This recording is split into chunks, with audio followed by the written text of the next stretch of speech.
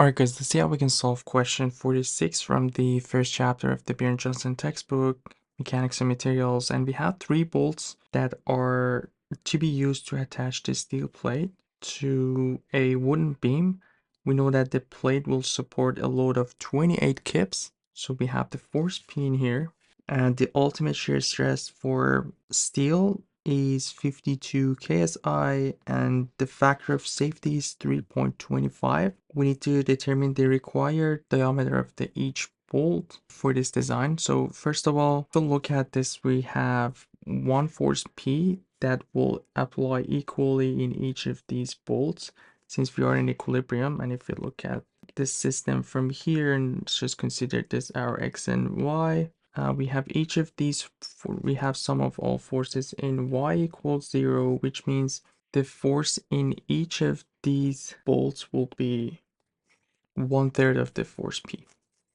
So let's just go for each bolt since the system is symmetrical. If we just find it for each of them, that should be good enough. So the force on each bolt, we can call it P, would be the force 28 divided by 3.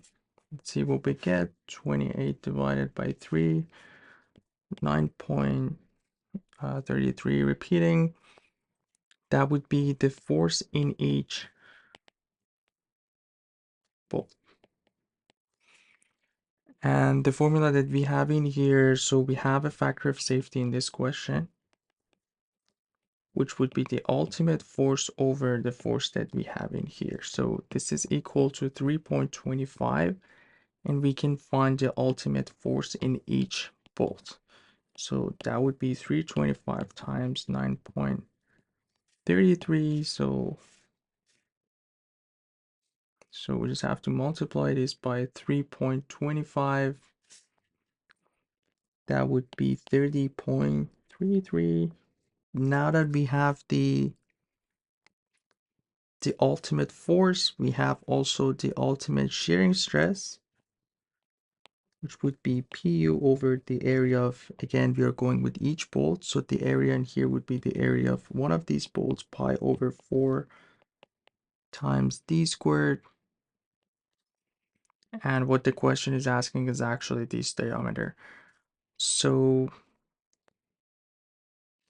our area would be equal to the force, 30.33, the force is in kips, and the shearing stress that we have is in KSI, so we're going to get the area based on inches squared.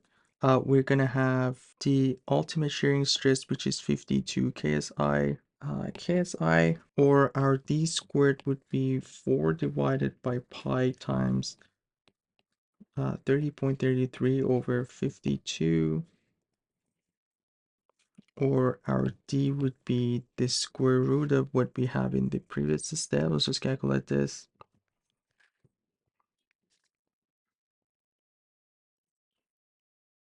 So 4 times 30.33 divided by pi